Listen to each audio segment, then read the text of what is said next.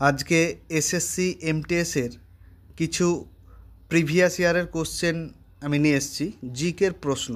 ঠিক আছে, এই প্রশ্নগুলি তোমরা দেখো, তোমাদের আশা করি অনেক উপকার হবে। এটি দেখো, পাশে লেখা রয়েছে প্রশ্নগুলির যে কোন বছর কোনটি এসেছিল। ঠিক আছে, প্রথম প্রশ্ন হচ্ছে, আমাদের সৌরজগতের ক্ষুদ্রতম গ্রহ কোনটি? ক্ষুদ্রতম গ্রহ হচ্ছে বুধ, অর্থাৎ অপশন ডি। এখানে আরেকটু দেখো লেখা আছে যে সূর্যের সবচাইতে কাছের যে এটি গ্রহ এবং এটি প্রায় 5.76 মিলিয়ন কিমি দূরে অবস্থিত। এর কোনো উপগ্রহ নেই, তাহলে বুধের কোনো উপগ্রহ নেই। পরবর্তী প্রশ্ন দেখো 3 নাম্বার, যে নিচের কোন বইটি স্বামী বিবেকানন্দ লিখেছিলেন? নিচের কোন বইটি? না প্রাচীন ভারত, রিভার অফ স্মোক, প্রাচ্য ও পাশ্চাত্য, না নো সিক্রেটস। এটা হবে অপশন সি, অর্থাৎ প্রাচ্য ও পাশ্চাত্য।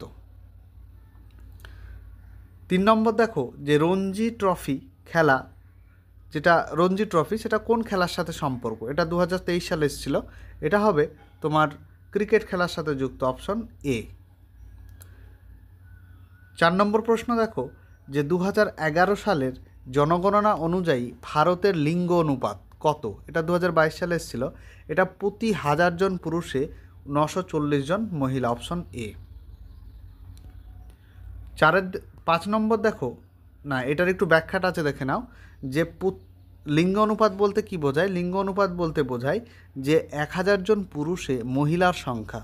অর্থাৎ আমাদের এই রাজ্যগুলির মধ্যে সর্বাধিক যদি লিঙ্গ অনুপাত আসে, তাহলে তোমরা অবশ্যই কেরালা বলবে। ঠিক আছে, কেরালা। তারপর কি না তামিলনাড়ু, অন্ধ্রপ্রদেশ, এই রাজ্যগুলির মধ্যে সবচেয়ে কম যদি বলে কোনটা, না সবচেয়ে কম যদি বলে তাহলে হবে হরিয়ানা। ঠিক আছে, আর কেন্দ্রশাসিত অঞ্চলগুলির মধ্যে যদি বলে তাহলে সেটা হবে অবশ্যই পন্ডিচেরি বা পুদুচেরি।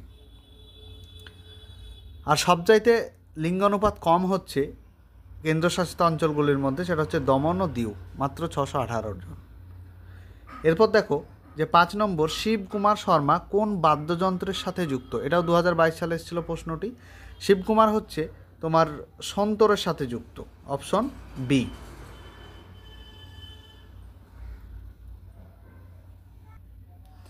এরপর যে সন্তুরের সাথে আরও যুক্ত কয়েকজন দেখো, আরও কয়েকজন যুক্ত, তারা হচ্ছে নন্দমূলে, তারপর হচ্ছে বীরস্বামী পিল্লাই, ভজন সপর। ঠিক আছে, পরবর্তী প্রশ্ন দেখো 6 নম্বর, নিম্নলিখিত বিকল্পগুলির মধ্যে কোনটি একটি জাতীয় আয় পরিমাপ পদ্ধতি গঠন করে না? অর্থাৎ তিনটে করে আর একটা করে না, তাহলে এটা কোনটা তোমরা দেখে নাও। 1 নম্বর হচ্ছে credit method, product method, income method, না এক্সপেন্ডিচার মেথড। এটার অপশন হবে অপশন এ, ক্রেডিট মেথড। পরবর্তী দেখো, নিম্নের কোন পদার্থটি জলে অদ্রবণীয়? জলে যেটি অদ্রবণীয় সেটি হচ্ছে অপশন ডি, চক পাউডার। পরবর্তী প্রশ্ন দেখো 8 নম্বর, বিপিএল এর পুরো নাম কি? বিপিএল এর পুরো নাম হচ্ছে যে option D, C option, below poverty line. পরবর্তী দেখো 9 নম্বর, নিম্নের কোনটি কৃত্রিম বাস্তুতন্ত্রের উদাহরণ? কৃত্রিম বাস্তুতন্ত্রের উদাহরণ হচ্ছে অপশন সি, অর্থাৎ বাগান। 10 নম্বর দেখো, যে 2022 সালের এপ্রিল পর্যন্ত তথ্য অনুযায়ী ভারতের কোন ট্রেন সবথেকে বেশি দ্রুতগামী? হাওড়া রাঁচি, না হাওড়া রাজধানী, না মহারাষ্ট্র সম্প্রক্রান্তি, না বন্দে ভারত এক্সপ্রেস। এখানে অবশ্যই option D, Vande Bharat express train. এবার এখানে দিয়েছে দেখো, যে এটি চেন্নাইয়ের ইন্টিগ্রাল কোচ ফ্যাক্টরি দ্বারা নির্মিত হয়েছে। অর্থাৎ যদি বলে যে এটা কে তৈরি করেছে, তাহলে চেন্নাইয়ের ইন্টিগ্রাল কোচ ফ্যাক্টরি। এটা প্রথম বন্দে ভারত এক্সপ্রেস চলে কোথা থেকে কোথায়? না বারাণসী থেকে দিল্লি পর্যন্ত, নতুন দিল্লি পর্যন্ত। পরবর্তী দেখো, যে 15 নম্বর, ফেব্রুয়ারি 2019 সাল পর্যন্ত পশ্চিমবঙ্গে চলে, এটা তো আগেরটারই ব্যাখ্যা। 11 নম্বর দেখো, যে কোন শ্রেণীর শৈবাল সাধারণত সবুজ শৈবাল নামে পরিচিত? ভীষণ ইম্পর্টেন্ট একটি প্রশ্ন। সবুজ শৈবাল নামে যেটি পরিচিত সেটা হচ্ছে তোমার অপশন কি আছে, রোডোফাইস কি আছে, তারপর আছে তোমার ক্লোরোফাইসি আছে, তারপর আছে তোমার ফেওফাই কী আছে, তারপর তোমার দেখো ডেসমিডস আছে। এখানে অপশন হবে বি অর্থাৎ ক্লোরোফাইকি। পরের প্রশ্ন দেখো, গৌতম বুদ্ধ প্রথম কোথায় ধর্মপ্রচার করেছিলেন? গৌতম বুদ্ধ প্রথম ধর্মপ্রচার করেছিলেন সারনাথে, অপশন বি। পরবর্তী প্রশ্ন দেখো, একটু ব্যাখ্যা আছে দেখো, যে গৌতম বুদ্ধ নির্বাণ লাভ করেছিলেন বোধগয়াতে। তাহলে দুটো প্রশ্ন এখান থেকে জানা গেল। যদি বলে নির্মাণ লাভ তাহলে বোধগয়া।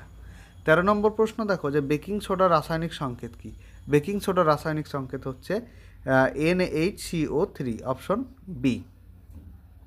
তারপরে আছে দেখো যে চুন বা পোড়া চুন, এখানে তার যে রাসায়নিক সংকেত সেটা হচ্ছে ক্যালসিয়াম অক্সাইড, যেটাকে কুইকলাইমও বলা হয়।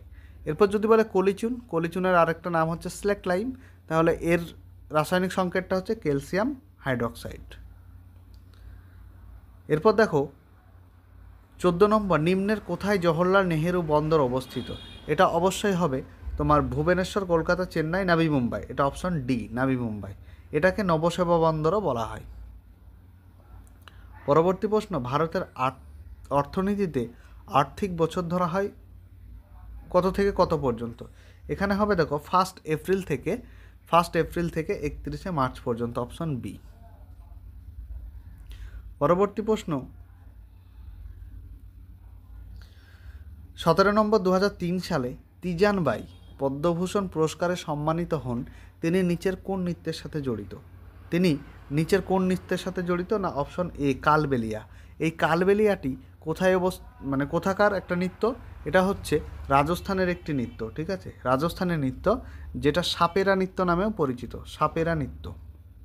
এটি 2010 সাল থেকে ইউনেস্কোর যে মানবতার অস্পষ্ট সাংস্কৃতিক ঐতিহ্যের প্রতিনিধি তালিকায় অন্তর্ভুক্ত ছিল। পরবর্তী প্রশ্ন দেখো, যে দাস বংশের শাসক গিয়াসউদ্দিন বলবন নিম্নের কোন উপাধিটি ধারণ করেছিলেন? এখানে যে উপাধিটি ধারণ করেছিলেন সেটা হবে অপশন বি, জিলুল্লাহ, যার অর্থ কি? না আল্লাহর ছায়া। এরপর তিনি আরেকটি জিনিস চালু করেছিলেন, সেটা হচ্ছে একটা হচ্ছে সিজদা ও পাইবস, ঠিক আছে। পরের প্রশ্ন দেখো 19 নম্বর, সত্যবিলোপ নীতি কে চালু করেছিলেন? সত্যবিলোপ নীতি অবশ্যই এটা লর্ড ডালহৌসি চালু করেছিল, ঠিক আছে। এখানে প্রিন্টিং মিস আছে, লর্ড ডালহৌসি, অপশন এ।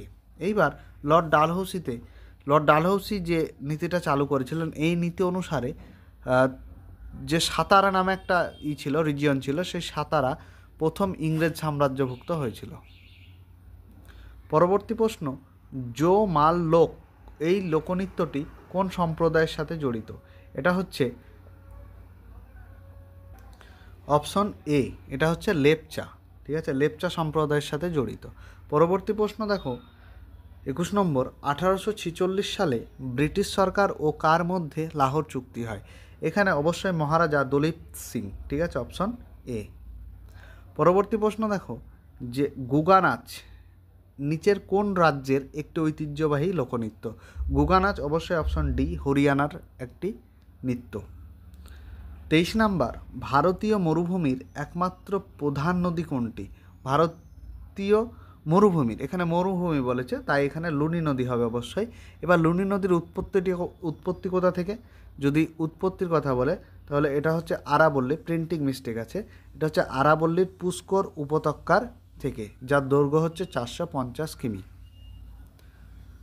পরবর্তী প্রশ্ন দেখো, ভারতের কোন রাজ্য 2023 সালে পুরুষদের হকি বিশ্বকাপ আয়োজন করবে? 2023 সালে হকি বিশ্বকাপ আয়োজন করবে কর্ণাটক, মহারাষ্ট্র, উড়িষ্যা এবং উত্তরপ্রদেশ। এখানে অবশ্যই উত্তর হবে অপশন সি, উড়িষ্যা।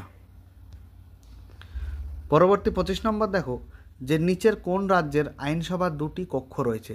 এখানে নিচের কোন, আপাতত তোমাকে জানতে হবে যে 2টি কক্ষ রয়েছে এরকম কটি রাজ্য আছে। আগে 60টি ছিল, এখন আপাতত 6টি রয়েছে। তাহলে যে 6টি রয়েছে সেখানে দেখো দেওয়া রয়েছে এখানে যে 6টি কী? প্রথমে হচ্ছে উত্তরপ্রদেশ, বিহার, মহারাষ্ট্র, অন্ধ্রপ্রদেশ, কর্ণাটক এবং তেলেঙ্গানা। তাহলে এখানে আমাদের কোনটি হবে? এখানে অপশন অনুযায়ী ঝাড়খণ্ড বাদ, রাজস্থান বাদ, গুজরাট বাদ, তাহলে আমাদের মহারাষ্ট্র পড়ে থাকছে, উত্তর বি। পরবর্তী প্রশ্ন দেখো 26 নম্বর, ভারতীয় সংবিধানে 2022 সালের মার্চ মাস পর্যন্ত পাওয়া তথ্য অনুযায়ী কয়টি মৌলিক কর্তব্য রয়েছে? এখানে আমরা সবাই জানি যে 11টি মৌলিক কর্তব্য রয়েছে। পরবর্তী প্রশ্ন 27 নম্বর। তার আগে ভিডিওটি ভালো লেগে থাকলে অবশ্যই কমেন্ট বক্সে জানিও এবং বন্ধুদের সাথে বেশি বেশি শেয়ার করো। আইহোল কাদের রাজধানী ছিল? আইহোল চালুক্যদের রাজধানী ছিল, অপশন বি অবশ্যই। পরবর্তী প্রশ্ন দেখো 28 নম্বর। কোনাক নৃত্য উৎসব কোন রাজ্যে পালিত হয়? এটি কোন রাজ্যে পালিত হয় না? কোনাক অবশ্যই এখানে হবে রাজস্থান, উড়িষ্যা, ঝাড়খণ্ড এবং কর্ণাটক। এটা অবশ্যই উড়িষ্যাই হবে, অপশন বি। 29 নম্বর দেখো যে নিচের কোনটি আদর্শ উপায় যার মাধ্যমে ভারতে নির্বাচন পরিচালনা করা হয়? এটা আমরা সবাই জানি যে ইভিএম, যেটা হচ্ছে তোমার ইলেকট্রনিক্স ভোটিং মেশিন, যার ফুল ফর্ম আসতে পারে। পরবর্তী প্রশ্ন দেখো, না এখানে আরেকটা আছে দেখো ভিভিপ্যাট, ঠিক আছে? ভিভিপ্যাট যেটা রয়েছে, এই ভিভিপ্যাটটি ফুল ফর্ম কি আসতে পারে? ভিভিপ্যাটের ফুল ফর্ম হচ্ছে যে voter verified paper audit trail. 30 নম্বর এবং লাস্ট প্রশ্ন হচ্ছে যে নিচের কোনটি স্থলজ বাস্তুতন্ত্রের উদাহরণ? এটা 2023 সালে এসেছিল। স্থলজ বাস্তুতন্ত্র বলতে আমরা পুকুর, নদী, তৃণভূমি না মহাসাগর বোঝাই, কোনটি? এটি অবশ্যই অপশন সি, অর্থাৎ এখানে তৃণভূমি বোঝায়, ঠিক আছে? ভিডিওটি ভালো লেগে থাকলে অবশ্যই কমেন্ট বক্সে জানিও এবং যদি